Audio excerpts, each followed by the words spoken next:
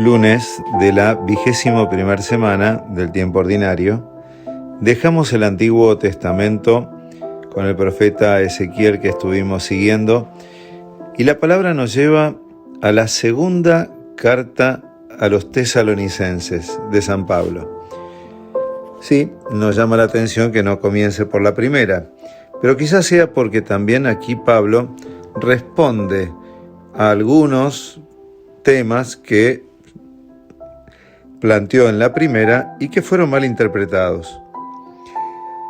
Tesalónica era una ciudad portuaria, muy rica, era como pasaba también una de las vías romanas más importantes para poder atravesar todo el Imperio Romano, y al ser puerto también tenía una altísima vida comercial. Aquí Pablo también era un estilo de Pablo ir a las grandes ciudades a evangelizar. Él consideraba que si conquistaba las grandes ciudades, desde allí se pudiera ir a las más pequeñas. Y ya que culturalmente muchas veces las más pequeñas inciden menos en las más grandes. Y las grandes a veces inciden más en las pequeñas.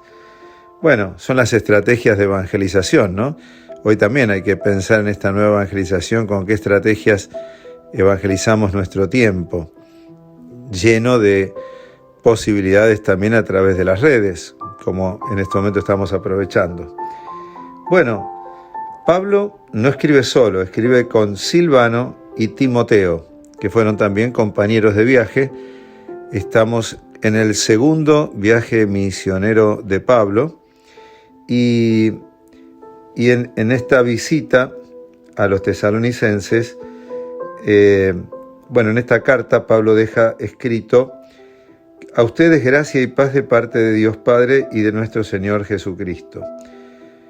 Ya Pablo utiliza esta fórmula de saludo y da gracias a Dios por esta comunidad. Y da gracias porque la fe crece vigorosamente. Esto nos plantea también a nosotros si somos una comunidad viva y dinámica, como nos dicen hoy los documentos de la Iglesia, sobre todo el de Aparecida.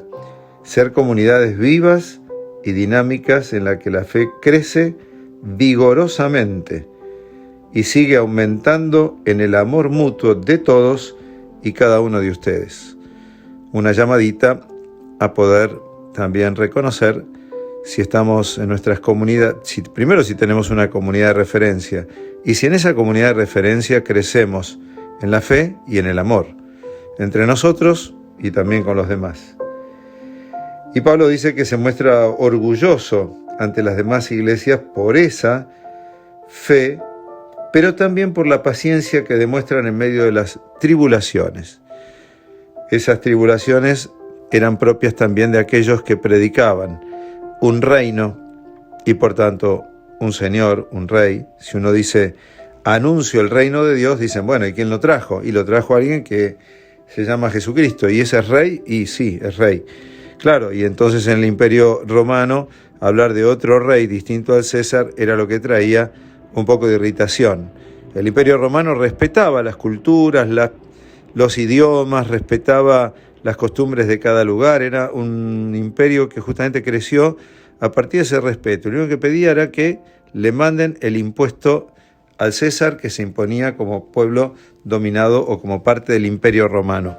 Pero bien, claro, había que respetar que había un único rey, entonces predicar a Cristo significaba para muchos entenderlo de otra manera y en oposición al único rey, o como si surgiera un rey paralelo.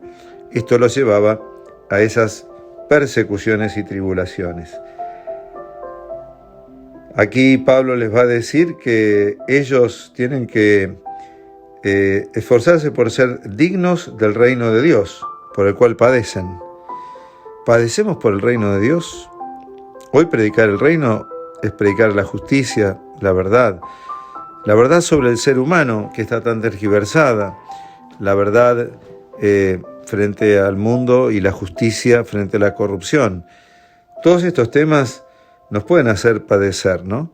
Quien dice una verdad se tendrá que oponer a todas las otras posturas que la contradigan o muchas veces a las mentiras de los estados, de las situaciones que ya están dadas, ¿no? En tantos lugares y de tantas maneras. Por eso dice nuestro Dios, nos haga dignos de la vocación, con su poder lleve a término todo propósito de hacer el bien y de la tarea de la fe, con su gracia, dice, ¿no? Bueno, esto lo tenemos que pedir mucho, que el poder de Dios obre en nuestra vida. Y así, Dios será glorificado en nosotros y desde nosotros, según la gracia que nos da Jesucristo. Bueno, pidamos esa gracia de Jesucristo y demos gracias porque hoy podemos estar también viviendo esta palabra, seguramente, no de una manera plena, pero seguramente hemos sentido que nos identifica esa misma búsqueda. Dios quiera que sea así y que seamos una bendición para los demás. Para esto nos bendiga el poder y la gracia de Dios Todopoderoso, que es Padre, Hijo y Espíritu Santo. Amén.